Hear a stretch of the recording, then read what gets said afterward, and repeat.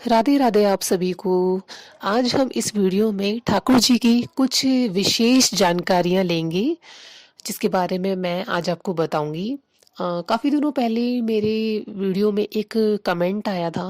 उन माता जी को ये जानना था कि उनको लड्डू गोपाल किसी ने भेंट रूप में दिए, गिफ्ट के रूप में दिए हैं। तो वो ये पूछ रही थी कि क्या उनकी प्राण प्रतिष्ठा करना ठीक रहेगा या नहीं। तो देखिए, ऐसा कहा जाता है कि जैसे जब घर में आपके ठाकुर जी आ जाते हैं तो उनकी प्राण प्रतिष्ठा वैसे ही हो जाती है। लेकिन जब आपको कोई उन्हें भेंट के रूप में, कोई गिफ्ट के रूप में या उपहार स्वरूप आपको वो देते हैं, तो उनकी प्राण प्रतिष्ठा ज़रूरी नहीं होती है। वो आपको दे रहे हैं तो उनकी सेवा के लिए, यानी कि ठाकुर जी अगर आपके घर में आ रहे हैं भेंट स्वरूप, तो वो आपसे सेवा लेने के लिए आ रहे हैं। तो उनकी प्राण प्रतिष्ठा की कोई ज़रूरत नहीं होती। लेकिन फिर भी अगर किसी का मन है करने का तो वो कर सकता है, अदरवाइज कोई ज़रूरत नहीं होती है। ठीक है, तो कुछ ये जानकारी थी।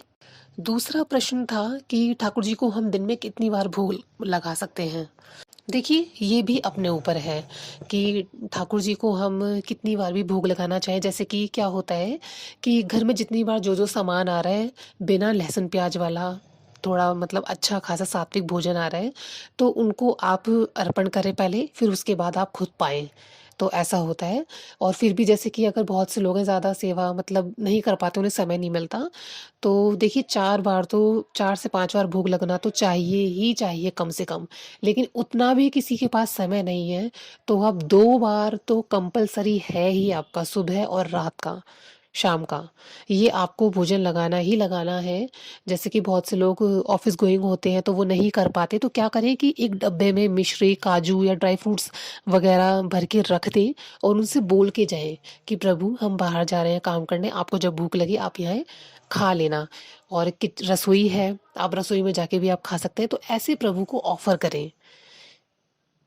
ठीक है? तीसरा प्रश्न ये है कि लोग ऐसा कहते हैं कि सर्दियों में क्या ठाकुर जी को डेली नहलाना चाहिए? डेली स्नान कराना चाहिए उनका? जी बिल्कुल। देखिए, आप उन्हें भाव स्वरूप अपना बच्चा मान रहे हैं, अपना भाई मान रहे हैं, मित्र मान रहे हैं, जो भी आप उनसे रिश्ता निभा रहे हैं, वो ठीक है, वो अपनी जगह है। लेकिन हमें ये कभी नहीं भूलना चाहिए कि वो साक्षात प्रभु भी हैं। तो हमें डेली उनका स्नान तो देखो कराना ही चाहिए। बाकी देखो, सबकी अपनी-अपनी मान्यताएँ होती हैं। कोई उन्हें बेटे के रूप में इतने पागलों की तरह प्रेम करते हैं कि उन्हें डर लगता है कि मेरा बच्चा बीमार ना पड़ जाए। तो वो भी देखो अपना एक भाव है लड्डू गोपाल के साथ, तो उसमें भी कोई बुराई नहीं है। अदरवाइज़ हमसे, जैसे कि हम बात कर रहे हैं ठाकुर जी की सेवा की, तो उसमें नियमों में तो देखो डेली स्नान तो उनका है ही। आप डेली का स्नान कराएँ। ठीक है? और 2 बार तो कम से कम भोग लगाएँ ही लगाएँ। अगर आप 4-5 बार नहीं लगा सकते दिन में, तो 2 बार भी भोग आप लगा सकते हैं।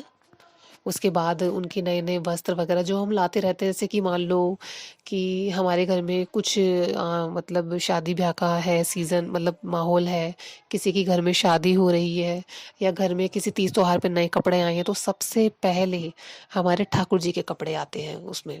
ये सभी आप बात जानते होंगे।